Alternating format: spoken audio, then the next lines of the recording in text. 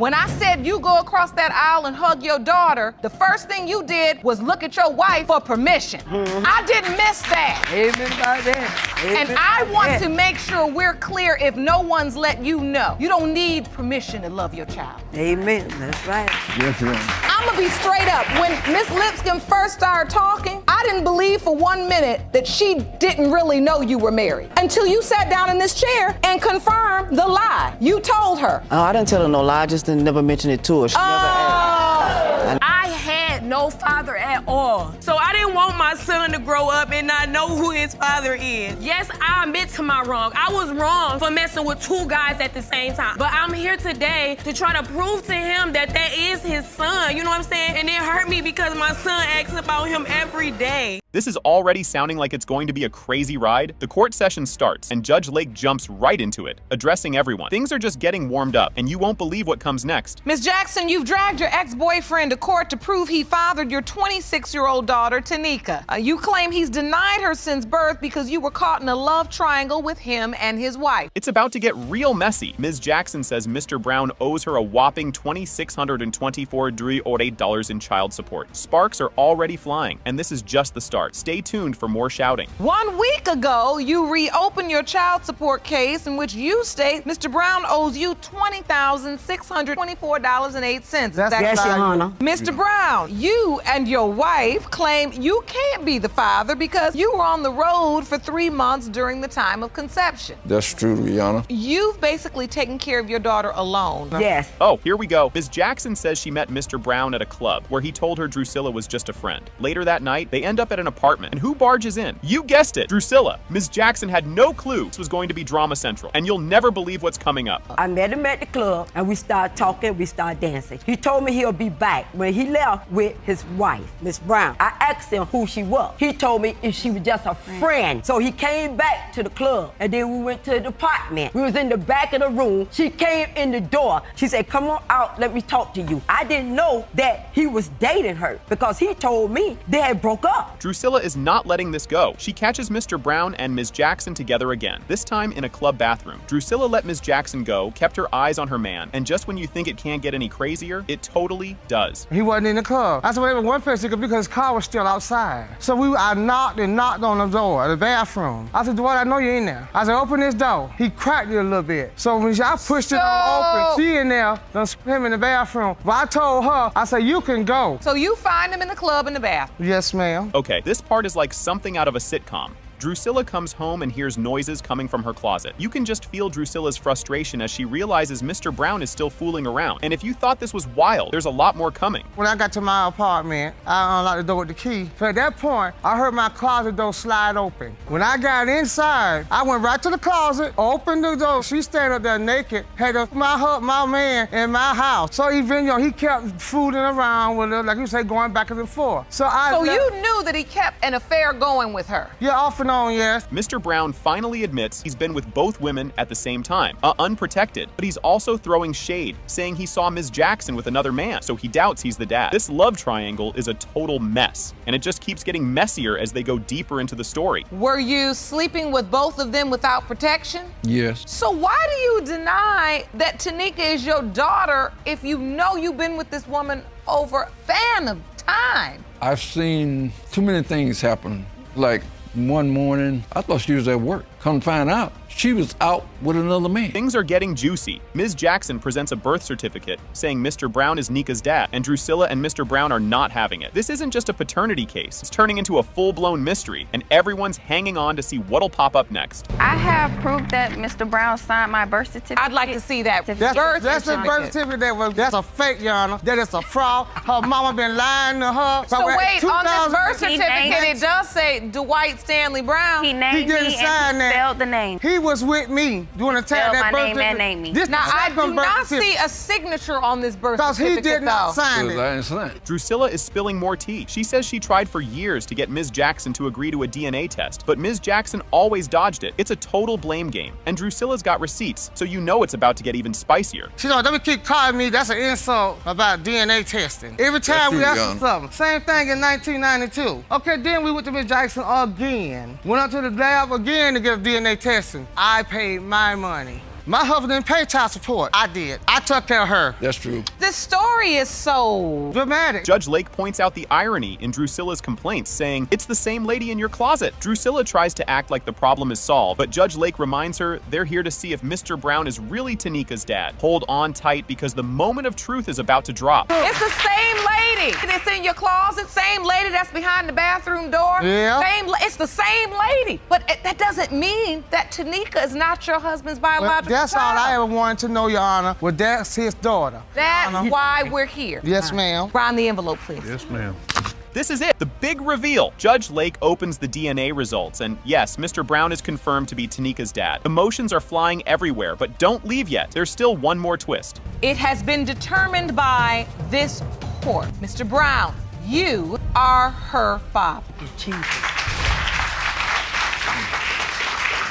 This last bit is unbelievable. Judge Lake asks Mr. Brown to hug his daughter, and he actually looks over at his wife to check if it's okay first. With that, the courtroom wraps up, but Judge Lake leaves everyone with some wise words on family, forgiveness, and facing the truth. When I said you go across that aisle and hug your daughter, the first thing you did was look at your wife for permission. I didn't miss that. Amen about that. Amen And I about want that. to make sure we're clear if no one's let you know. You don't need permission to love your child. Amen. That's right. Yes, ma'am.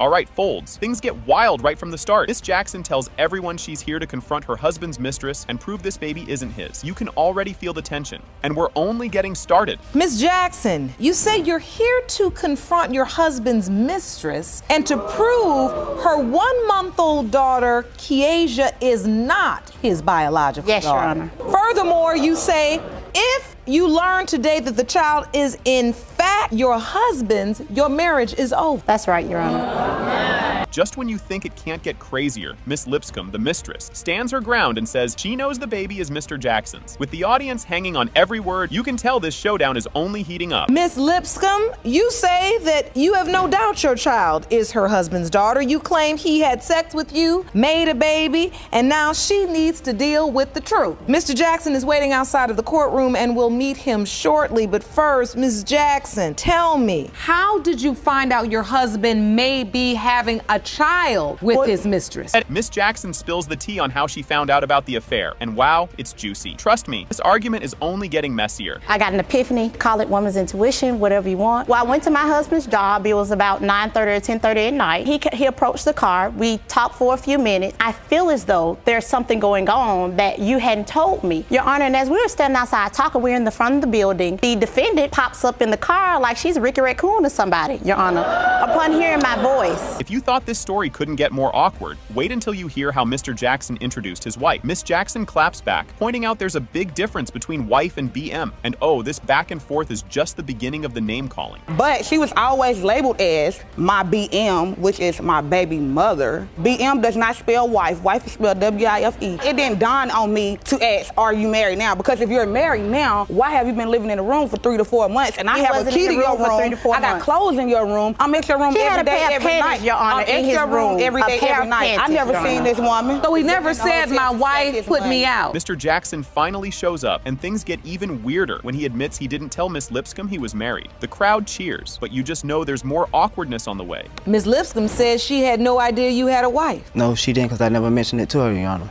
So that part of her statement is true. I'm gonna be straight up. When Miss Lipscomb first started talking, I didn't believe for 1 minute that she didn't really know you were married until you sat down in this chair and confirmed the lie. You told her. I didn't tell her no lie, I just never mentioned it to her. She never asked. I think Miss Jackson might be done surprising us. She says she spent nearly $900 on stuff for the baby, even though she doubts the baby is her husband's. This kindness is something, but don't worry, things are still a total mess. Not only have we had conversations, before I didn't deny the child, I went and bought over $900 and some worth of stuff for her baby, Your Honor. From the conversation, Your Honor, she seemed really distraught. She said that I don't know how it feels not to know who your child's father is, Your Honor. So as a woman, I feel obligated, woman to woman, whether it's my husband's child or not, out of the kindness of my heart, Your Honor. And the plot thickens. Judge Lake asks Miss Lipscomb if the affair stopped once Mr. Jackson went to jail, and she flat out admits it didn't. The audience gasps as she confesses they were still friendly, and you can practically feel everyone waiting to see what's going to come out next. Miss Lipscomb, did the affair end when he went to jail? Yes, ma'am. So you have not been intimate with him since? Yes, ma'am, I have. I'm not even gonna lie. what happened when you found out your mistress was pregnant? I found out when I was in jail because I guess the beginning of the year, her birthday time, she got sick and went to the hospital. And my wife told me that she said she was pregnant then. Miss Jackson pulls out some surprising evidence hinting there might be another possible father. Judge Lake digs in, ready to uncover more about Miss Lipscomb's love life. You believe that there's another man Ms. Lipscomb has been involved with sexually. Told me, Your Honor. That could be the father of this child. Ms. Lipscomb, when you had the baby, was he at the hospital? Did he cut the cord? He didn't cut the cord, but he was there. So he did come for the birth? Yes. Here's where things go from bad to worse. Mr. Jackson admits he signed the birth certificate, making the baby his legal child. Judge Lake can't believe what she's hearing, and you can tell she's about to dive deeper into this messy situation. Mr. Jackson, did you sign the birth certificate? Yes.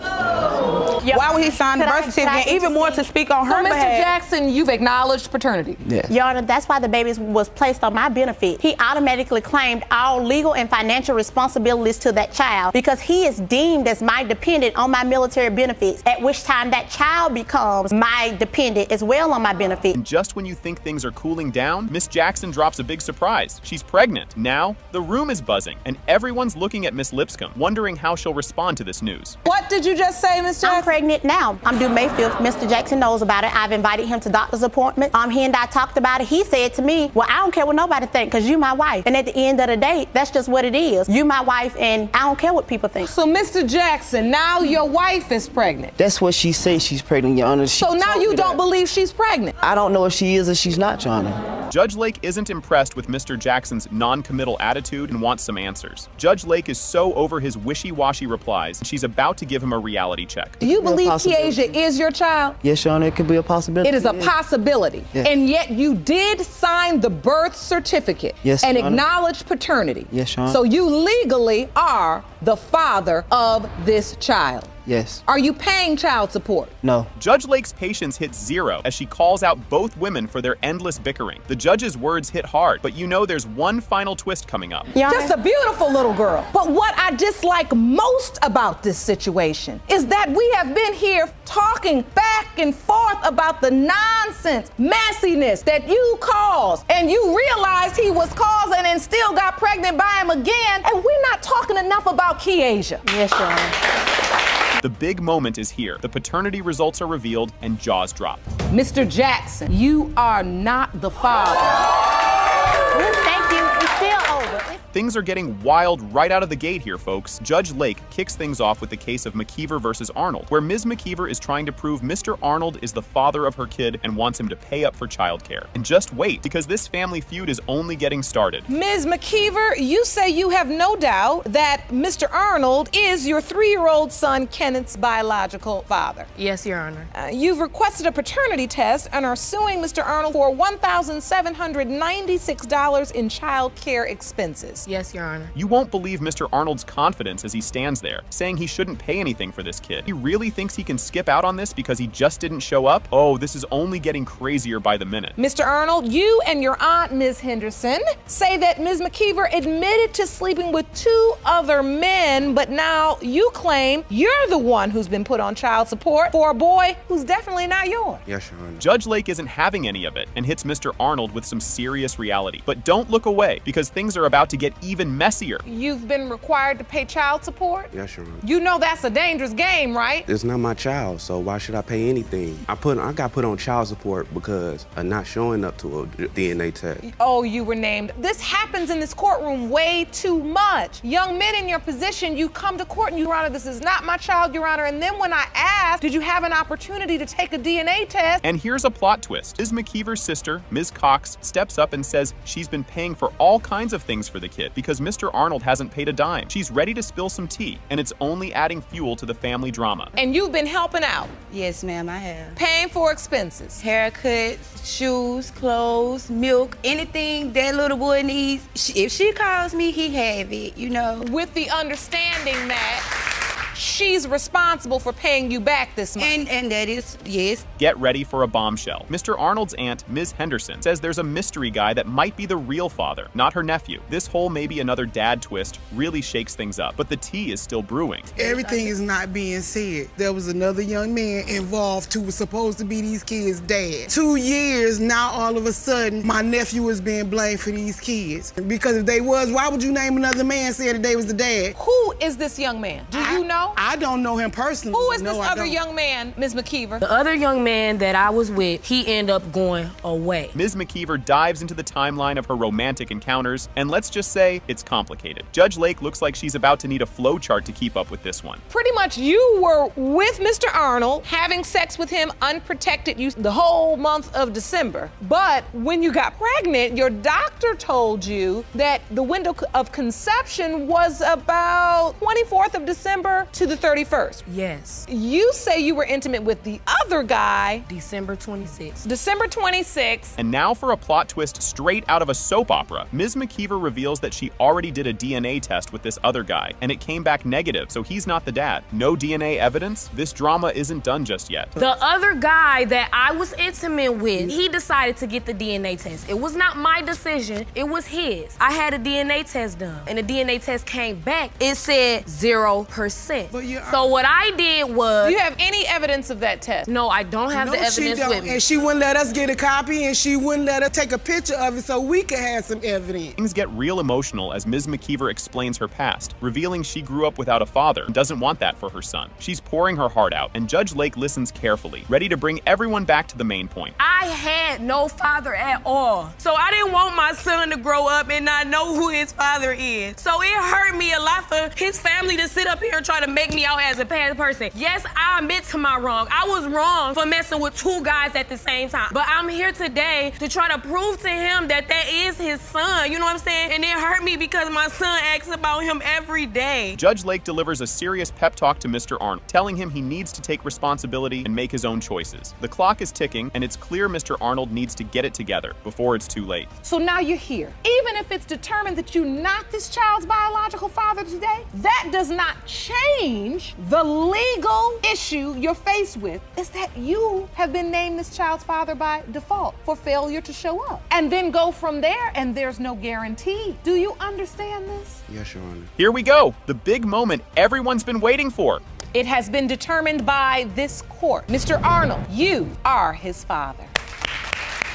Step up, baby. Step up. Okay, this case is about to get messy. The courtroom kicks off with the case of Tisby versus Quarterman, where Ms. Tisby believes Mr. Quarterman is the father of her daughter, Jordan, and has been dodging a DNA test. You can already tell this one's going to be full of wild twists and turns. Ms. Tisby, you were in love with the defendant and claim he has been ducking your request for a DNA test for your daughter, Jordan. You and your mother say he better step up and be a daddy when today's results prove what you've always known, that he is Jordan's father. Right off the bat, Mr. Quarterman throws some serious shade. He claims Ms. Tisby only shows up to ask for money and doesn't believe he's the dad. This is just the beginning, but you can already feel the room heating up. Mr. Quarterman, you say the plaintiff is delusional and is only trying to use you for money, and when the results reveal you are not her child's biological father, you want her out of your life for good. Correct. Mr. Quarterman, you say she's using you for your money? Anytime they come around, it's about money. Yes, ma'am. Now it gets even more awkward. They can't even agree on what their relationship was. Ms. Tisby says they were together, and he even said, "I love you," while Mr. Quarterman claims it was just a casual fling. This whole "were we or weren't we" thing has everyone scratching their heads. I felt like we was in a relationship, because basically he was coming around the whole time. He even told me he loved me, so. That sounds like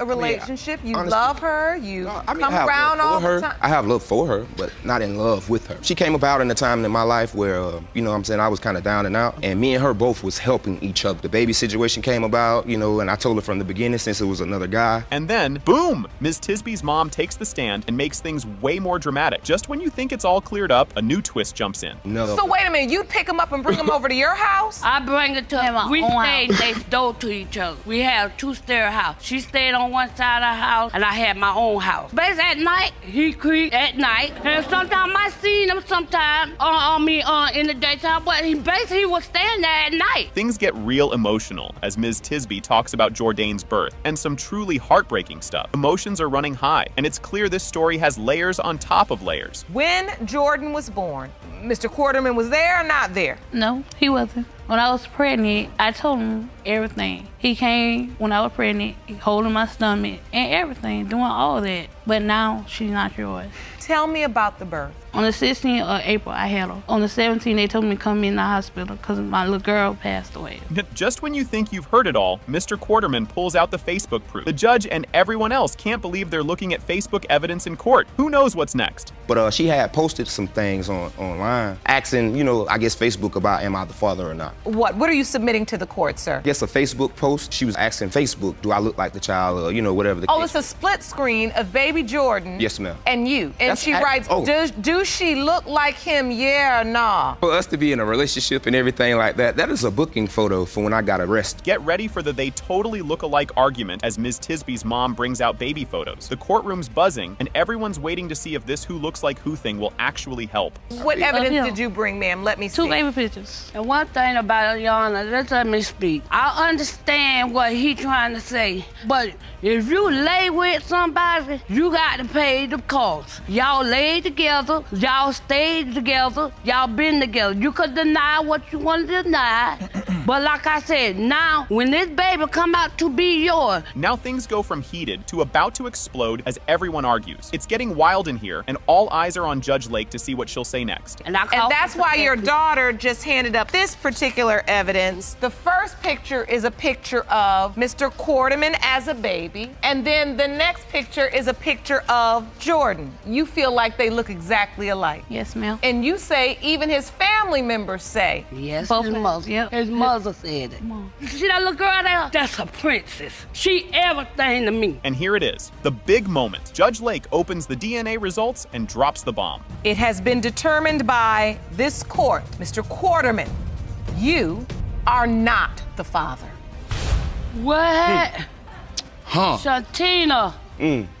All right, this story is wild from the jump. Mr. Clark is suing Ms. Bailey to get a DNA test to see if he's the dad of her baby, Vanique, and wants $1,560 for some clothes she allegedly torched. This courtroom is about to get messy, folks, and we're just getting started. Mr. Clark, you were suing the defendant for a DNA test and for $1,560 for damages you claim she caused to your property because you deny paternity of her 2-month-old daughter, Vanique. You say today you will prove you are not Vanique's father. Yes, Your Honor. Yep, you read that right. Ms. Bailey straight up admits to burning his clothes. She says she was 7 months pregnant, mad as a hornet, and couldn't handle that he left her for someone else. So she decided his clothes needed to go up in flames. But this bonfire is just the start of the drama. Ms. Bailey, you say you were on fire when Mr. Clark left you for another woman while pregnant with his child. Yes, I was. You are 100% certain he is your daughter's father. Additionally, you are countersuing Mr. Clark for $300 for half of Vanique's child care expenses over the last 2 months. If you thought this was just a breakup, Mr. Clark's cancer diagnosis takes this story to a whole other level. They're hanging on to that maybe with all they got, but we all know there's more drama coming. During this relationship, started growing up big, like it was a big tumor on the side of his neck. And so we went to the hospital, he found out he had cancer. He started his chemo sessions and everything, but before then... And you all were together when this happened? Yes. They said, are you guys interested in having children? And we both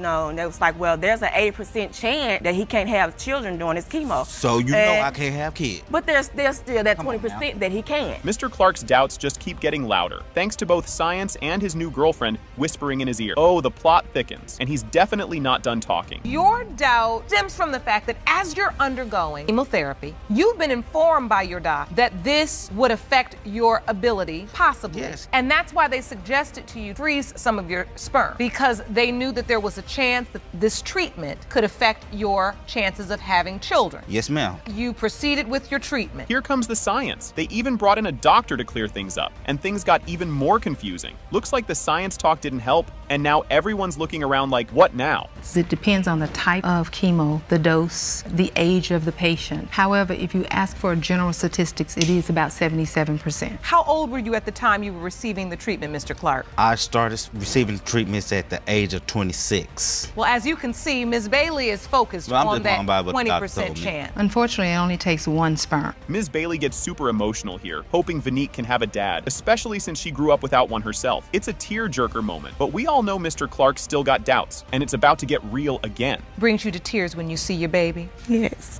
Why? She just needs a father. And you really want that for her? Yes. I want you to take me to the birth. He was there. He cut the umbilical cord and everything. Really? So you were Now you're present from for the there. birth, Mr. Clark? Yeah, I was there. She was too. Really? Did you sign the birth certificate? No, I was gonna sign that birth certificate, and she gave the baby my grandma's name and my last name. Now it's money time. Ms. Bailey pulls out receipts showing she spent $600 on diapers, wipes, and formula in just 2 months, and she wants Mr. Clark to pay up. But trust me, that's far from the last argument we're gonna hear. You've submitted receipts to the court of the expenses you've incurred thus far. Yes. As it relates to baby Vanique. About $50 a week on diapers, formula, and wipe. I bought her totaling car, about I bought her car $600. seat, everything she needed. Everything you've paid for yourself. And Mr. Clark, you admittedly have not contributed anything. No, ma'am. And that's why your countersuit is for $300, half of $600. Yes. Now, Judge Lake doesn't mess around when it comes to burned clothes. He's got no problem telling Ms. Bailey she owes Mr. Clark $1,160 for turning his wardrobe into ashes. Ms. Bailey owes the money, but don't worry, the biggest shock is still on the way. So, because you willfully destroyed his property, I have to award him the $1,560 from his clothing that you destroyed. Judgment for the plaintiff. Moving forward, I think we're ready for the results. Burn no clothes no more. You all done? Yes. A lot of unfinished business here. I hope you're taking note, Miss Hudson. You quiet over there. Just poke, both of you, back and forth. You can't even get the result. Here comes the moment we've all been waiting for. DNA results are in, and it's a jaw dropper. It has been determined by this court. Mr. Clark, you are not the father. I wanted him to be the father. I wanted him to be there. All right, folks, you won't believe what's about to go down in this courtroom. Judge Lake starts things off, introducing the case of Martin v. Pinner. Ms. Martin admits she made a big-time mistake around the time she got pregnant with her daughter, Royal Blue. Things are just heating up, and it's only the beginning. Ms. Martin, you admit to making a huge mistake around the time you conceived your daughter, Royal Blue. You claim that one moment of weakness will cost you your fiancé if you cannot prove today that he fathered your child. This relationship sounds like it's hanging by a thread. Ms. Martin shares that things are so bad that Mr. Pinner has moved out of the bedroom and now lives in the living room. The tension between these two is wild, and you can just tell there's more drama on the way. Well, at this point, me and Romeo have no relationship because of the paternity of our daughter. I made one mistake back in the past that he knew about, and now he's claiming that he knows nothing about it. The relationship is in turmoil. Yes, he completely moved out of the bedroom. Like, he lives in my living room. Oh, and here's where Mr. Pinner's side of the story kicks in. And trust me, it's not pretty. His trust issues are real, and this whole thing is starting to sound like a soap opera. She says that she let me know right away, but it was a month later after she found out that she was pregnant. No, that's true. You know, when you feel like that, why would I fake it and just, be laying in the bed with somebody that's already lied to me, then I'd be dishonest to the relationship. But you were laying in there before. You were dishonest with me in the beginning, and you're dishonest with me now. The reason why I'm not sleeping in the bedroom is because I'm not sure if Royal is mine or not. Now, Ms. Martin tries to explain her side, and it's, well, messy. Their stories do not match up, and the arguments are getting louder. I'm going to tell her about the mistake. At the point in time, Romeo was doing him, as we say, partying, not coming home. I completely moved to Wisconsin with him. I even said, if I come up here for you, I'm about you, we're gonna do our family thing. And when I got up there, it went totally left. He left me in the home by myself. It'd be days at a time before I saw Romeo. Just when you think you've got the story straight, Mr. Pinner drops his version of the truth, and it's totally different. These two can't agree on anything, and it's all going off the rails. So it's your testimony, Mr. Pinner, that she didn't tell you the day after the party. She told you 1 month after she was already pregnant. Exactly, Your Honor. She said, well, I have something to tell you. When I had that party, I woke up the next morning. I'm pretty sure I had sex, but I don't know who it is. Like I said, that's very irresponsible. To this day, I don't even know the person's name. But I didn't wait a month. I told you the next day. I was honest from the jump. So, Ms. Martin? Hold on, because now they're bringing up all their issues from way back. Mr. Pinner claims Ms. Martin changed after having their first child, started partying more. Judge Lake points out they've both been playing the blame game, and it's seriously messy. Like, how do these two even live together? After she had our oldest daughter, she changed completely. I guess she felt like she missed something. She started to go out partying, kicking kicking it. What? In clubs. We got a child. You leaving me here with the child. I work and go to work and try to take care of my family and provide. You are family. turning this True, whole did. I around have on made me. my This is mistakes. your- Excuse me. You're not. I have had made You're my not. mistake. Like, but no. at the same point in time, we were supposed to work with it. Judge Lake isn't holding back here, giving some advice on why tit for tat never works out. The judge isn't sugarcoating anything, and you can feel the tension rising. She moves to a different state, following behind you. When she gets there, you still out and about doing things. He out hanging out, he don't want to come home, I'll start partying. We hear this too much. Now, thing I tell women all the time, we lose the tit for tat every time because you lose your senses and you do something stupid and you get pregnant. Yes, ma'am. And here we go. Ms. Martin reveals she actually left Mr. Pinner during her pregnancy because things got so bad. Their arguments are all over the place, and it's hard to know who to believe at this point. He participated for about 3 or 4 months. That's not true, Your Honor. He went to doctor's appointments with me, Your Honor, Yes, I did. until I decided one morning I walked, because he didn't come home. I packed everything I owned in that house and I went home. And it took him 24 hours to even realize it took all I had to pack up my daughter, me being pregnant, and all my clothes to go home, to leave this man. Judge Lake takes a second to talk to Ms. Martin, who's clearly feeling guilty, and it's kind of intense. She says she regrets her mistakes and just wants her family back. This moment gets pretty real, and it makes you wonder if there's any hope for them. Like I said, Ms. Martin, we never win this game of tit for tat. And I can see how hurt you are, because I'm sure when you moved and followed him to Wisconsin, this is not what you had in your mind. No, ma'am. And to be honest with you, Mr. Pinner, I'm sure this is not why you asked her to come. This is not what you planned either. No, it wasn't. This is not what you all had in your mind. And I can see, Ms. Martin, you are not proud of what you did. This is not who you are. Judge Lake asks the million-dollar question if Royal Blue is his daughter. Would Mr. Pinner actually stay? He says he would, but he needs to let go of the past. Judge Lake tells him he can't keep bringing up the party if they're going to move forward, or they'll be back in court soon. This is the moment of truth. They're about to find out if he's really Royal Blue's dad. If Royal Blue is your biological daughter, can you unpack that bag? Yes, that's exactly what I want to do. I'm a straight shooter in here now. When you unpack that bag, you have to unpack it with an intention to let go of the baggage of the past. Yes, sir. Now, you just can't unpack the bag and then on a random Wednesday just decide you're gonna get mad again because she had that party. I understand what you're saying, Your Honor. Or we'll be back here again. All right, here we go. The big reveal. It has been determined by this court. Mr. Pinner, you are the father. Thank God. He was there with all my doctor visits. Yes. He was there when I delivered my baby, along with flirting and cheating on me my whole pregnancy. He was at the hospital flirting with nurses. I'm about to get the fighting. He signed the birth Please don't let her certificate finish that, and cut please. the umbilical cord. One thing about it. A couple months ago, she told me. We got into an argument, and I was like, I'm going down and filing for custody. I'm going to file for paternity test. She was like, you might want to go file because she probably ain't yours anyway. Oh, that's when she said it. Yeah, because he always wants to think he can just control everything I do. There was a night I was drinking, and we ended up going into my bedroom, and things started going from there. We had sex, but it maybe lasted 3 minutes until... That's not true. And this is the excuse she gave me that he could only be the father is because he was too drunk to perform.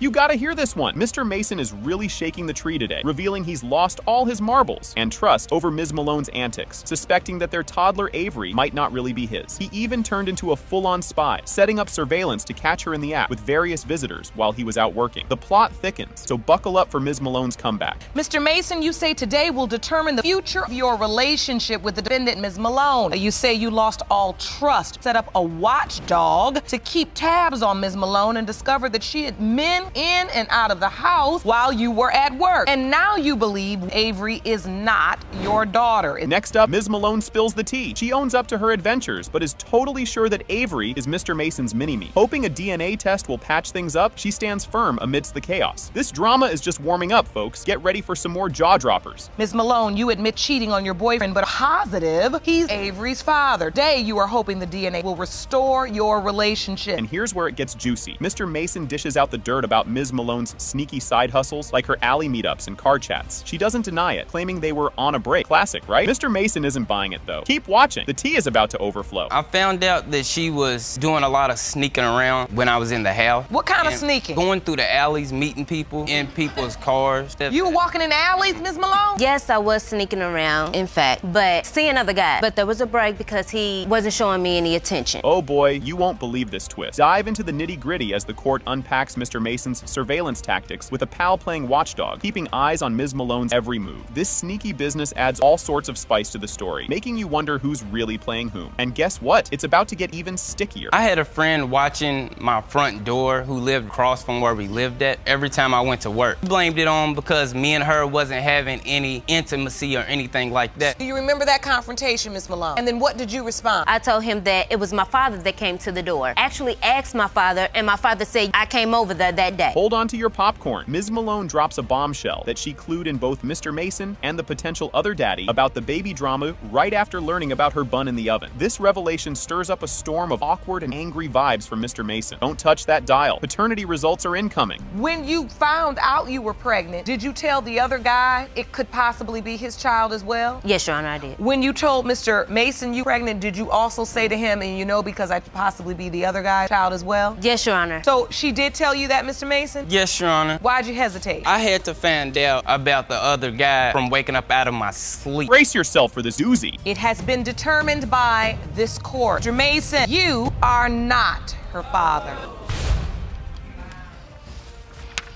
Buckle up, folks! Mr. Fegan steps up to the plate, dead set on proving Ms. Pinkston is his long-lost daughter, armed with a DNA test to back it up. Meanwhile, Ms. Pinkston is having none of it, totally convinced her dad is the man who tucked her in at night. This explosive start promises some serious drama ahead. Stick around, the fireworks are just getting started. Mr. Fagan, you're here to prove that Ms. Pinks is your biological daughter. Yeah. You claim you kept this secret for 40 years. Now say DNA prove your case. Ms. Pinkston, you stand before me without any doubt. Mr. Fagan is not your biological father and the man who raised you. Hold the phone. This just got real. In a jaw-dropping twist, Ms. Pinkston spills the beans that she first met Mr. Fegan at a casual hangout, all thanks to her mom's setup. Talk about a plot twist. She always thought Mr. Gus Pinkston was her one and only dad, making this reveal a mega bombshell. Keep watching. The roller coasters just hit the first drop. I met Mr. Fagan here when I was 16 years old. I never knew of him. Then all of a sudden one day, my mom decided to take me with her to a friend's house. They get to talking to me, Mr. Fagan, and my mom, right away, this is your father. Who did you think your father was? Did you know your father?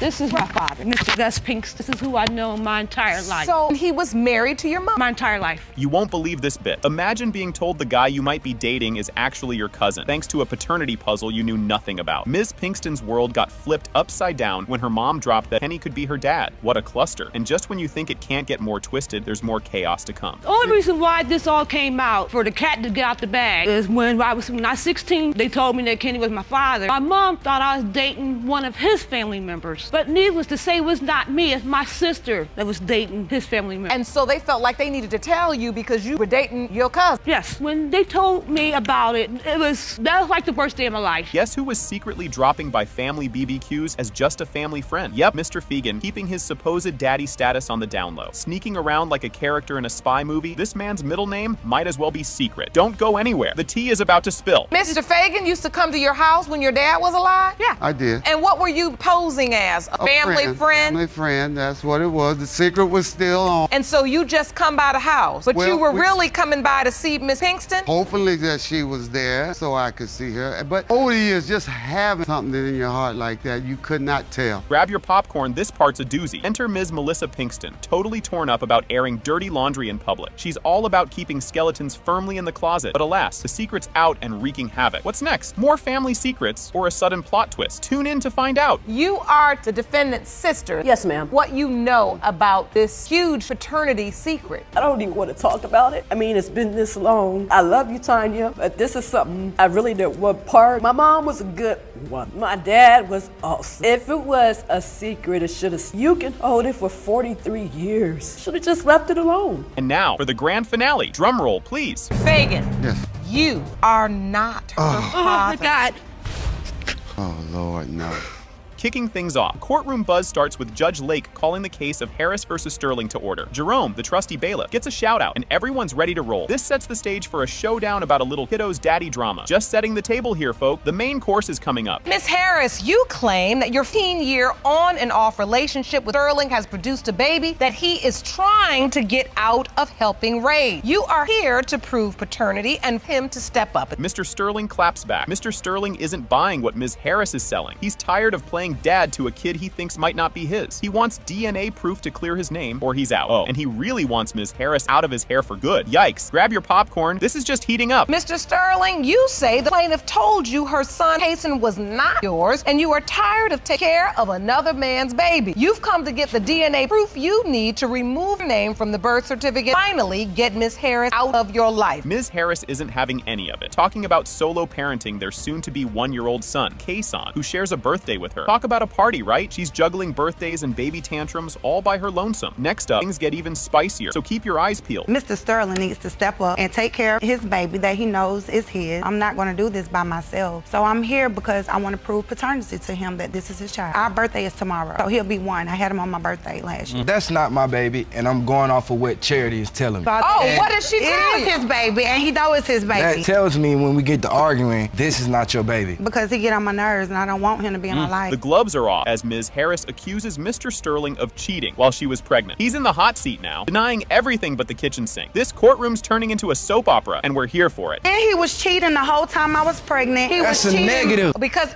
even if he was cheating, that's bad enough. Don't want that, and we do not condone that in this courtroom. Question concerning paternity would surround whether or not you were sleeping with somebody else at the time. Mr. Sterling whips out a calendar to try and debunk the pregnancy timeline, doing some serious date math in front of the judge. Will his timeline tango confuse the court or clear his name? The judge's eyebrows are already doing a dance, and you won't want to miss what drops next. And you submitted calendar to the court. I'd like to go through that calendar so I can better understand. First date on this calendar says the doctor's appointment was on March 21st, and the doctor says that Ms. Harris to 8 weeks pregnant. You had sex on Valentine's Day. If we count back 6 to 8 weeks, 1 week, 2 weeks, 3 weeks, 4 weeks, 5 weeks, 6 weeks. Just when you think it can't get more tangled, Mr. Sterling drops a bomb about another potential daddy in the mix. Ms. Harris isn't having any of it, throwing shade and denials faster than confetti at a surprise party. Things are about to get even messier, so stick around. When she was 8 months pregnant, she told me that it was another guy who could be the baby's father. It broke my heart. First of all, that's a lie. What happened? We had an argument, brung that up. I don't know if she was mad or what. She said, don't worry, you not my baby's father anyway, so you need to like go on, kick rocks, get on with your life or whatever. I'm like, what? We were just together. I was just the baby's father and everything. The feud fires up. The air's thick with accusations as both sides dig in. Mr. Sterling is all about denying daddy duties, and Ms. Harris is calling him out on every front. This isn't just tea being spilled. It's the whole teapot. And trust me, the next bit is the cherry on top of this drama sundae. That's the reason we here today. Exactly, because you're a liar and you need that pretty much. I don't want to carry another man's child. You want to take care of yourself. You know that. That's the reason you want me to be First of all, you don't take care of yourself with the child that you already got. So wait, sit here and kick like that, baby. Ain't got nothing to do with this. I'm saying you know, don't sit here and kick it like doing that. So hold on. Judge Lake is about to lay down the law and reveal the DNA results. This could go any which way, folks. Will Mr. Sterling be planning a Father's Day celebration, or is he off the hook? Let's find out, because this reveal is going to be epic. First of all, he was there with all my doctor visits. Yes. He was there when I delivered my baby, along with flirting and cheating on me my whole pregnancy. He was at the hospital flirting with nurses. I'm about to get the fighting. He signed the birth Please don't let her finish that, and please. cut the umbilical cord. One thing about it, if you thought that this was not your baby, then gun to your head, why you signed the birth certificate? Why did you cut the umbilical cord? Boom, the results have arrived. It has been determined by this court. Sterling, you are the father. Exactly.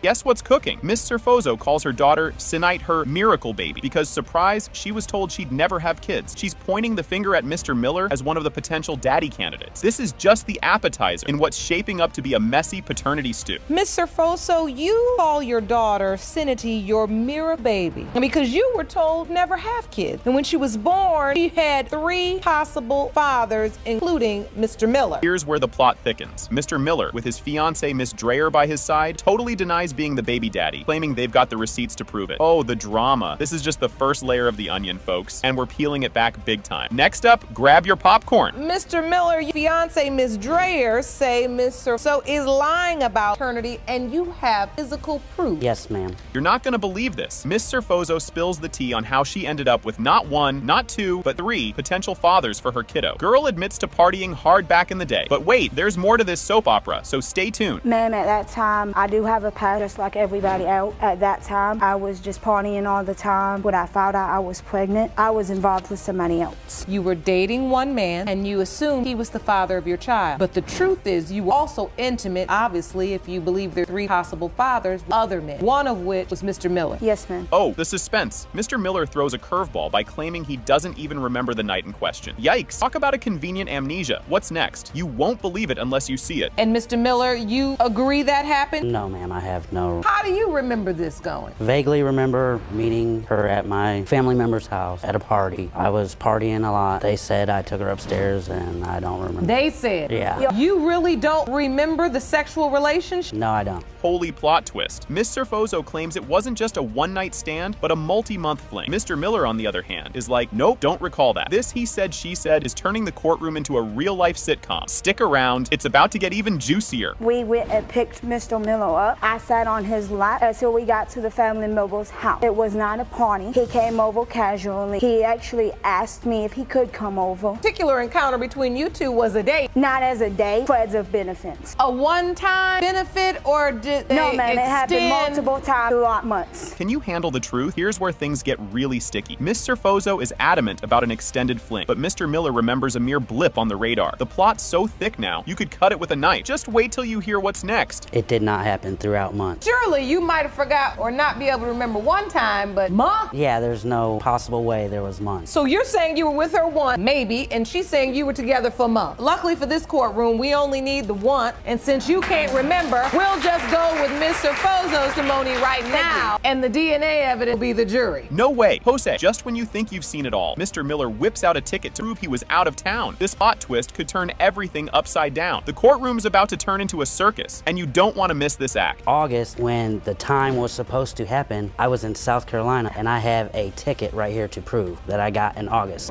And he was also in August gone for a whole well, nobody could find him. Mr. Miller, your contention is you weren't even in town. No, ma'am. So how could it be you? So August, you gone. I was gone from that place before August. Here's the kicker. Mr. Miller isn't just here to play. He's talking big about taking care of his responsibilities and paying child support like clockwork. This guy's throwing punches in the air of responsibility. What's coming up will definitely make you go, Your contention is we're not trying to duck or any Yes, responsibility. ma'am, I'm not. We have If I'm 7 the kids dad, already. I will- He takes care of my 4, plus his 3. I have Does 3. that sound like a deadbeat to She you? has Yo, 4. and he takes and care I of all take of care them. of them. So how am I deadbeat? Like she claims I am. I called child support and they said the postal thing was sent back that he doesn't. Well, I gave them the address to. And obviously you don't know where it is. And now, the moment we've all been waiting for. Drum roll, please. Mr. Miller, you are not her father. Told you. Thank God. So now where's the other myth? Buckle up, folks. The episode kicks off with Judge Lake calling the case of Kane versus Wright. The courtroom buzzes with anticipation as everyone settles in, setting the stage for a roller coaster ride over the paternity of little 1-year-old Ariana. You're not going to believe the twists and turns coming up. Miss Kane, now you say you've had an on-again, off-again relationship with Mr. Wright for the past 3 years. In addition to questions regarding your daughter's paternity, you say your relationship has suffered from instability and constant mistrust. You've got to see this to believe it. Mr. Wright lays down the law about his doubts over Ariana's paternity, thanks to Ms. Kane's shaky truth-telling history. He's dead set on bailing if the DNA test shows he's not the daddy. Strap in, because the drama is just heating up. Mr. Wright, you say that Ms. Kane has repeatedly lied to you, and you have every reason to doubt the paternity of 1-year-old Ariana. Now, you confess that if the results of today's paternity prove you are not the biological father, you plan to walk out of this courtroom and have nothing to do with Ms. Kane again.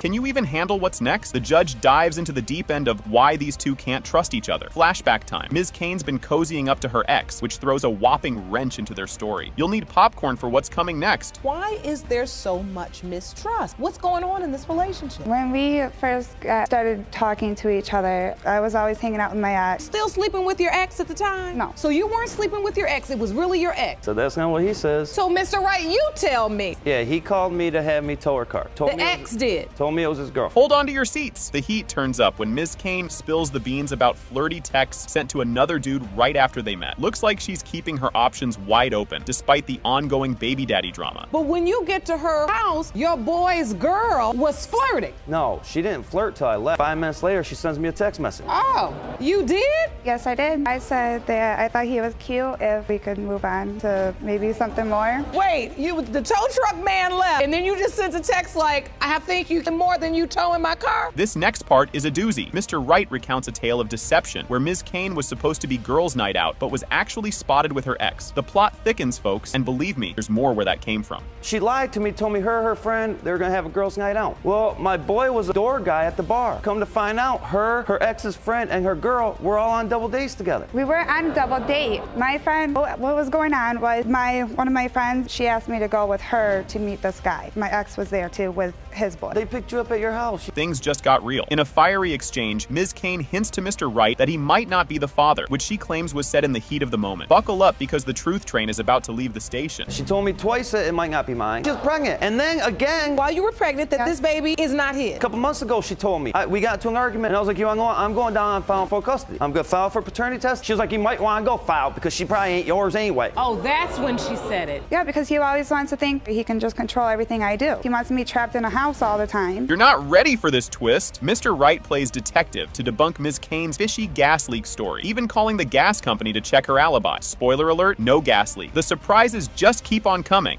You get pregnant. You tell him? Yes. And when she tells you, are you happy? Do you believe it's yours? I was or you happy, but I still had that. She went over to her baby daddy's house. She has 2 other kids. Went over to his house. Was over there for 3 hours. She knew was that like an dinner hour was and a almost half. done. Ignoring my phone calls, my text messages, or she finally calls me. I'm on my way now. Where were you? Well, I got blocked in the driveway because there was a gas leak. So what do? I call the gas company. Are you still with me? The judge can't wrap her head around why these two stick together through all the chaos and accusations. It's like watching a soap opera, but with legal documents. And guess what? It gets even juicier. Why are you two even together? Because I do He love don't him. answer my calls. She don't answer my. She not taking the phone into the bathroom. I mean, constant complaint. Neither one of you trust the other one as far as you can throw them. You really don't. So Ariana is now here in this mess. You the mother. He doesn't know if he's the father. This is the big moment, people. Drum roll, please. It has been determined, Mr. Wright, you are Ariana's father.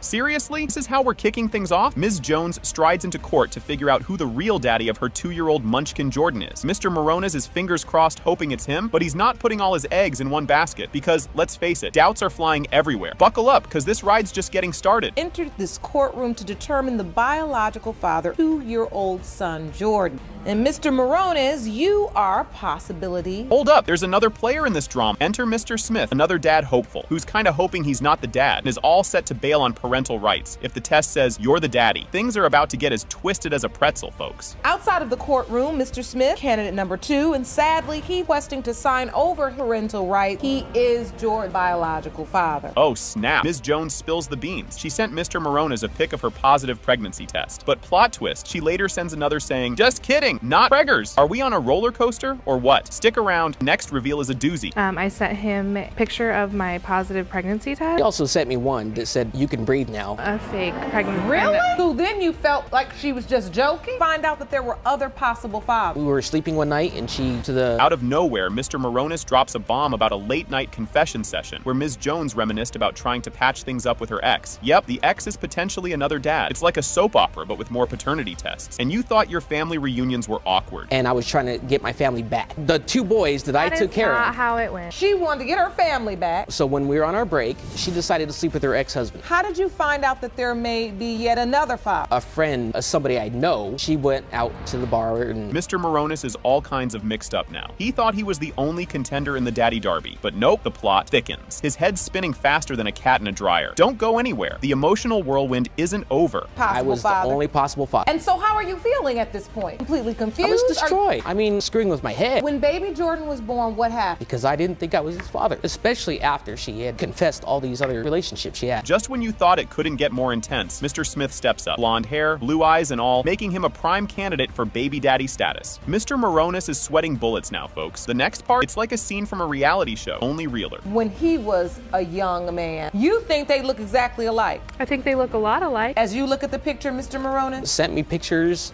by text message, Mr. Smith, and, there's a lot of resemblance. Look at him. He has blonde hair, blue eyes. Mr. Smith recounts a blurry night that led to a brief romantic encounter with Ms. Jones. He's pretty sure his 3-minute performance doesn't make him a dad. This just turned into a bad date episode, but with higher stakes. What's coming up will have you reaching for more popcorn. Things started going from there. We had sex, but it maybe lasted 3 minutes until... That's not true. Nothing. And this is the excuse she gave me that he could only be the father is because he was too drunk to perform. you felt like there's no possible way I could be the father. Plot twist. Ms. Jones's mom throws shade at Mr. Moronis, hoping Mr. Smith is the daddy-o instead. She doesn't think Mr. Moronis is dad material. Ouch. Talk about family feud. Next up, see how Mr. Moronis handles this curveball. I don't think that Mr. Marone, Jordan's father. I have Jordan 4 or 5 days out of the week, and I take care of him very well. $25 a month is not even buying diapers. Drum roll, please. It is determined that Mr. Moronis, you are his father. I do not just say this is my nephew. If you go on my Facebook, his pictures are everywhere. I want to make sure. You have doubts? Because if I have doubts and that is my brother, baby, I still want to be there. No, my because brother's I not don't there want you to for be him. there. If you have doubts, there's no need for you to be in my child's life. That's exactly why my brother said he didn't know. I asked her mother that Jasmine was my firstborn, and that was good enough for me, Your Honor. We went on and had 4 more children after that, and they all belong to me. Now, my point in here, he would have addressed me before he sent her a Facebook or whatever. I know he couldn't be able to find me because we had no contact with each other. She said her and her husband does a good job of taking Fiance, care. and he do. No, and that's, he do. That's a text and he that do. was sent and he do. to me. He has been a much better father than Quincy. So, trust that, because he stepped up. My daughter is going to call him dad. Quincy never been around. Mrs. Thayer kicks off by hoping to glue what's left of her marriage back together. And boy, does she mean business. She's here to prove that Mr. Thayer is indeed the daddy-o of not one, but 2 munchkins, Cadence and Matthew Jr. Sounds like a Maury episode, doesn't it? Miss Thayer, you are here today in hopes of saving what is left of your marriage. In doing so, you've summoned your husband, Mr. Thayer, to paternity court to prove that not only did he father your 19-month-old daughter, Cadence, also your 3-year-old son, Matthew Jr. Mr. Thayer's on stage with trust issues thicker than a bowl of oatmeal. He's ready to hit the divorce button if the kiddos turn out not to be his. Talk about drama. You say you absolutely do not trust your wife, and you are prepared to get a divorce today when the results reveal that either one or both kids are not yours. We don't even have sex anymore. What married couple doesn't have sex? We're young. The back and forth, arguing all the time. We argue so much that my son starting to get mad and yell and repeat some of the stuff that we say. Oh yeah, they did. The Thayers initially signed up for a no-strings-attached fling, and now look where that got them. This backstory is juicier than a season finale cliffhanger. So this doubt is wreaking havoc in your marriage. Yeah, in my mind, we're basically separated because we don't sleep in the same room no more. When we're around each other, she's on her phone. We just sit in the same house and we don't even communicate no more. I don't feel that connection with her. Or the kids, for that matter. All of this is because of the doubts regard to the paternity of the 2 youngest children. Ms. Thayer hit Mr. Thayer with the I'm pregnant surprise, and suddenly things got real. This wasn't in their casual fling contract, folks. At some point, you find out you're pregnant. Yes, I didn't know what to say because I wasn't planning on having any more kids. I mean, I had 3 girls already, so I was already a single mom. Were you all using protection? No. Fail to plan to fail. And then I believe she was pregnant before we even got together. Because Matthew was born 3 weeks early. She told me about 3 weeks in that she was pregnant. The emotional gloves are off, and these two are throwing accusations like confetti at a parade. Mr. Thayer's doubting the entire timeline. And honestly, who can blame him? But you claim she was with somebody else approximately 3 weeks before. It hurts. I mean, I love him or I wouldn't have married him. This is the person that I want to spend my life with. This is my first child too, Your Honor. I was excited because I didn't have no kids, I didn't have a family or anything, and she was gonna give that to me. That I can grow with and I can watch them grow and I can teach them all the things that they're supposed to do in their life that I didn't do in mine. Cue the suspicion music because Mr. Thayer can't figure out how they made baby Cadence when the bedroom's been colder than a penguin's toenails. Yep, he went there. Your doubt surrounding Cadence. That is your younger child. You all have 2 children together, potentially. Yeah, because around the time that she was conceived, we weren't really having sex. Find out she's pregnant again and immediately doubt. How are we gonna have a kid if we don't have sex? So you testified earlier, Ms. Thayer, that you were in a sexless marriage. Yes. I mean, when he's talking about with Cadence. The results are in, and oh snap, it's not looking good for Ms. Thayer. The machine tagged her as more deceptive than a fox in a henhouse. You'd like to tell us before I read these results. Like I said, the only people that I messed with was during the break that we had that he's talking about where I moved out. Ms. Thayer, you were asked, in the last 4 years, have you had sexual contact with anyone other than the 2 men you have previously disclosed? You said no. The lie detector determined you were being deceptive. Drum rolls, please. It has been determined by this court, Mr. Thayer, you are the father. I told you.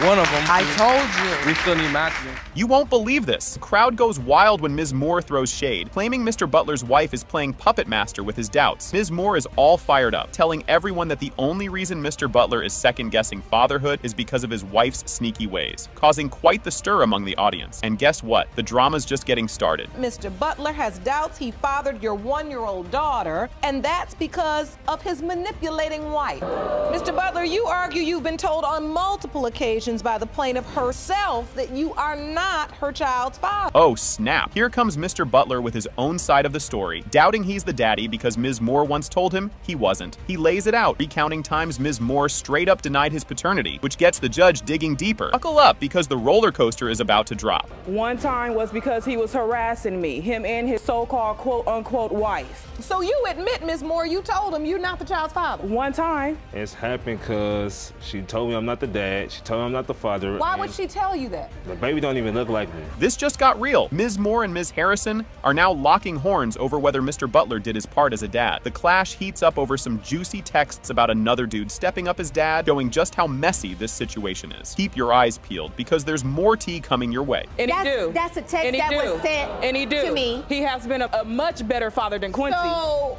trust that. My husband do a good job keeping me and... Because he stepped up. My daughter is going to call him dad. Quincy never been around.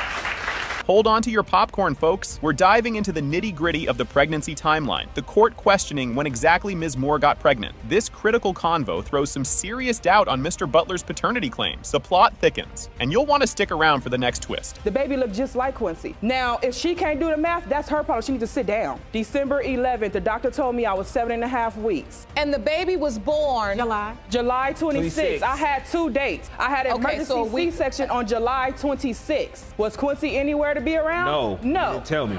Here's a heart tugger for you. Ms. Moore shares the tough tale of her labor and the emergency C-section. It's a crucial point that highlights just how intense things were during the birth, with Mr. Butler nowhere in sight. The emotions are high, and the next part is sure to tug at your heartstrings even more. My doctor came in and told me that my baby's heart rate was going down. She was getting less oxygen. I did not see my baby. I went to an emergency C-section. Out of recovery for 45 minutes, I touched my baby and signed my baby off, which is the city that he stays in. I did not tell him where my baby was. I know how mental he is. Can you feel the drama heating up? Mr. Butler confesses he's torn about his role in his maybe daughter's life amidst the ongoing feud with the 2 leading ladies. His admission sheds light on his personal turmoil and the tangled web of emotions surrounding the paternity mystery. And hold tight, because the truth bomb is just about to be dropped. That's because it's being tugged on. I'm playing tug of war. If it's come back to be my daughter, I'm not gonna never see her. And what is it? You feel like Ms. Moore wanted to be with you, and since that didn't work out, Zamar's her way of getting back at you? Yes, ma'am. Here it comes, big reveal. It has been determined by this court. Mr. Butler, you are her father.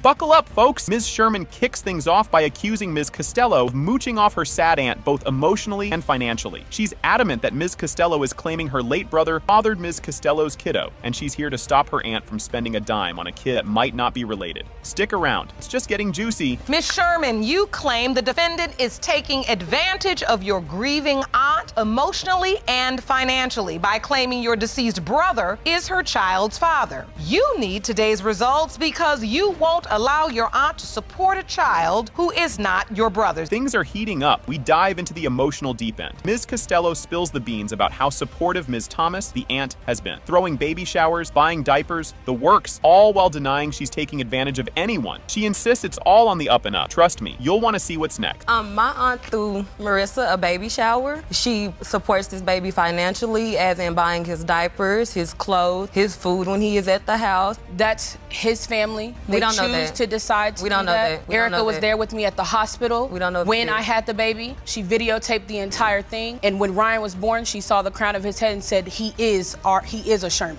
Hold on to your popcorn. Ms. Costello lays out her love timeline like a soap opera, breakups, makeups, and everything in between. She details the roller coaster relationship with Ryan, adding layers of complication to the paternity drama. It's a hot mess and a half, and there's more chaos to come. I found out I was pregnant in the middle of March. At that point in time, I contacted Ryan and I told him, hey, I think I'm pregnant. And at that point in time, he was like, well, is this my kid? And I said, well, I started to talk to somebody else. He started to talk to somebody else. And then towards the middle of, after After me and the other guy had intercourse with each other, intercourse probably about a week later. You're not ready for this twist. Ms. Sherman throws down the doubt card hard, fueled by rumors and whispers from her late brother about the baby's paternity. The convo takes a dive into their past flings and flirts, stirring up a paternity potboiler you can't miss. The tea is piping hot and it's about to spill. I do not just say this is my nephew. If you go on my Facebook, his pictures are everywhere. I want to make sure. You see how my aunt is looking? How she is crying? You have doubts? Because if I have doubts and that is my brother, baby, I still want to be there. No, my because brother's I not don't there want you to for be him. there. If you have doubts, there's no need for you to be in my child's life. That's exactly why my brother said he didn't know. Guess what? The results are in. It has been determined by this court. The percentage of relatedness between Ms. Nalencia Sherman and Ryan Costello Sherman is 97.8%. You are related. Yes!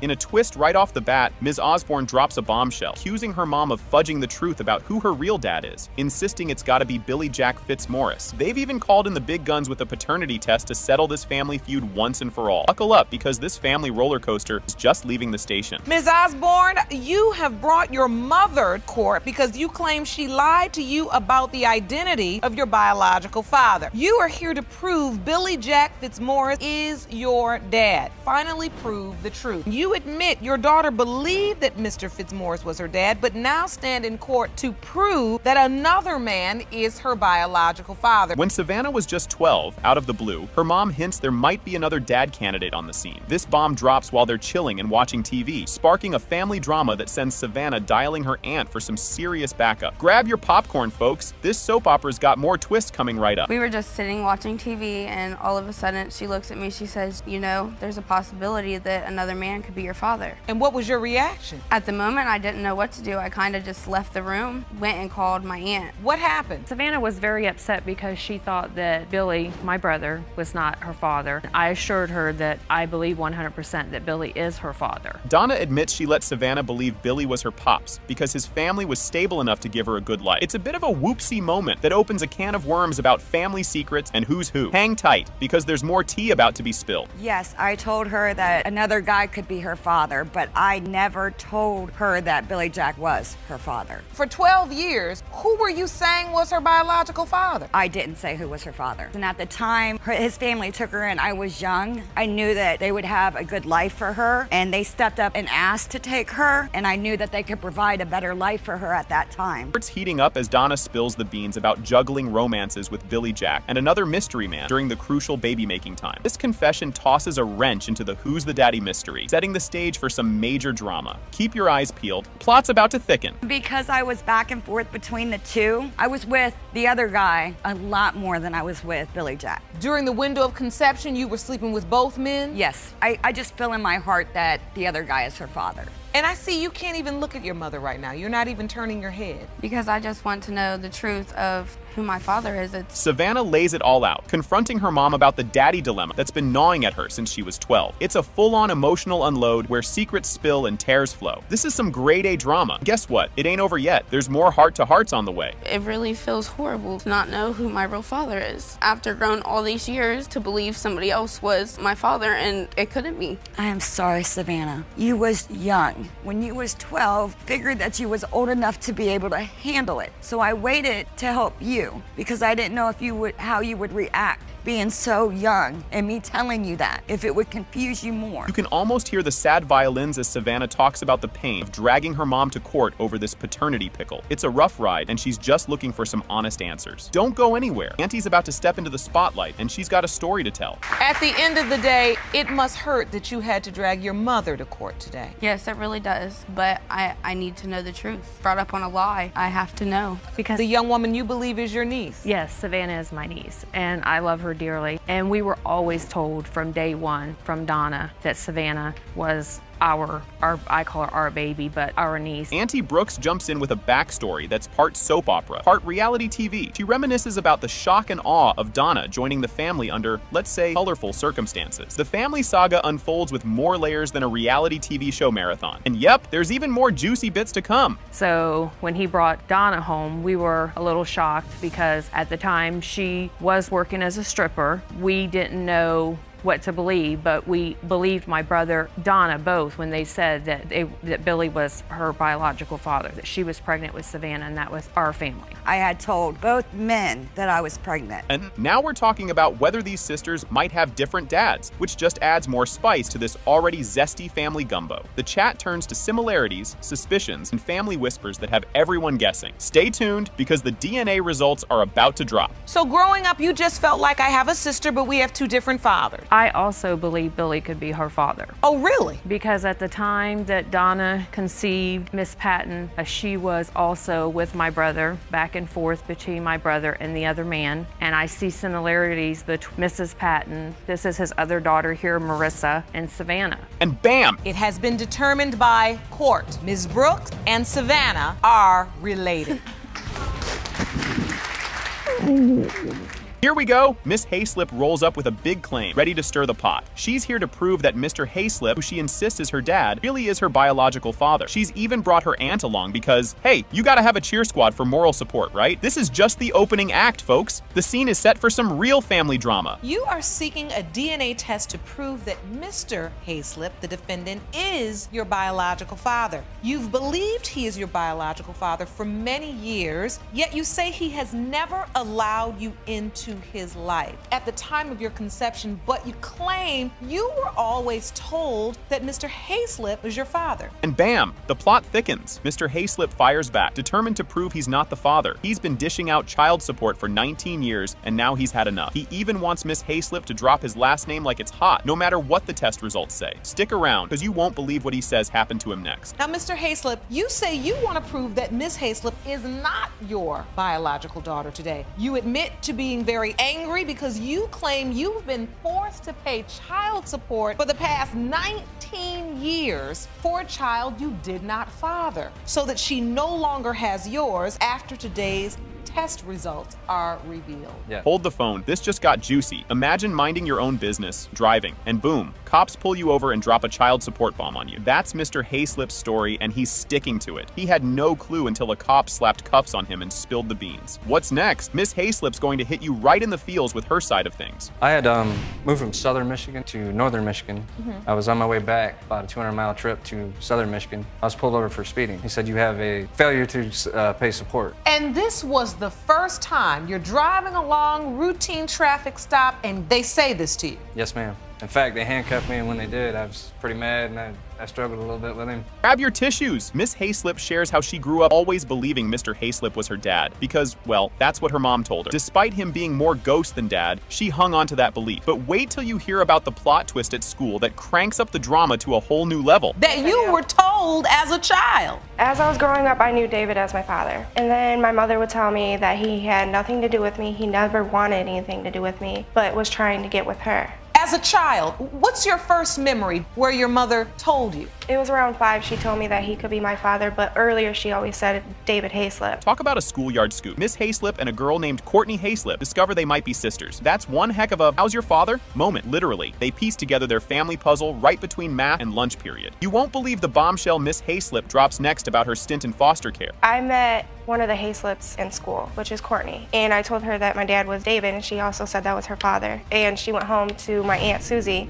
and told her that she met me. My Aunt Susie told the truth. Up until that point, you all going to the same school and don't know Yes, you're Your Honor. potentially sisters? Yes. For a long time, they rode the same school bus and didn't even know it. Here comes a heart-wrencher. Miss Hayslip throws down the big question. Why didn't Mr. Hayslip take her in, leading to her long years in foster care? It's a moment that could make onions cry. Just you wait until Mr. Hayslip spills the beans on his legal battles. It's a real doozy. And then finally, after several months, she finally set it up to where that I could meet Celeste. My first impression of her, I thought she looked a lot like me when I was little. We had a bond that we had connected, and then we started getting close, and then her mother, a long time, and the next thing you know, they put her into foster care. 5.5 years. I just want to know why, if you knew me back then, why didn't you try to get it taken care of back then? Strap in for some legal labyrinth tales. Mr. Hayslip dives into how he's been duking it out with the law, trapped by a default paternity rule. He's convinced it's all a big mistake, but the drama is just heating up because his daughter Courtney is about to step into the spotlight with some skepticism of her own. That's not even part of my family, and I've fought, it's Cass County, Michigan. Every month, I have filed paperwork with them. They deny me. Since I didn't answer the letter, the original letter, father for the blood, back then it was a blood test, then I was deemed the father by default. Exactly. And they're saying there's nothing I can do to get a DNA test. I'm just, for 18 years, I'm stuck paying social support no matter what, because I had a fling. Cue the suspense music. Courtney Hayslip steps up and shares why she's not buying the sister story. Turns out Dad never mentioned anything about having another daughter. If secrets were a sport, Mr. Hayslip might be league champion. But hold on to your popcorn. The DNA results are up next, and it's a real cliffhanger. Are you doubtful that she is your sister? A little bit, because I've never been told about her. I wouldn't think that he would deliberately try to hide something from the family if he knew it was his. I had 2 other children from another mother after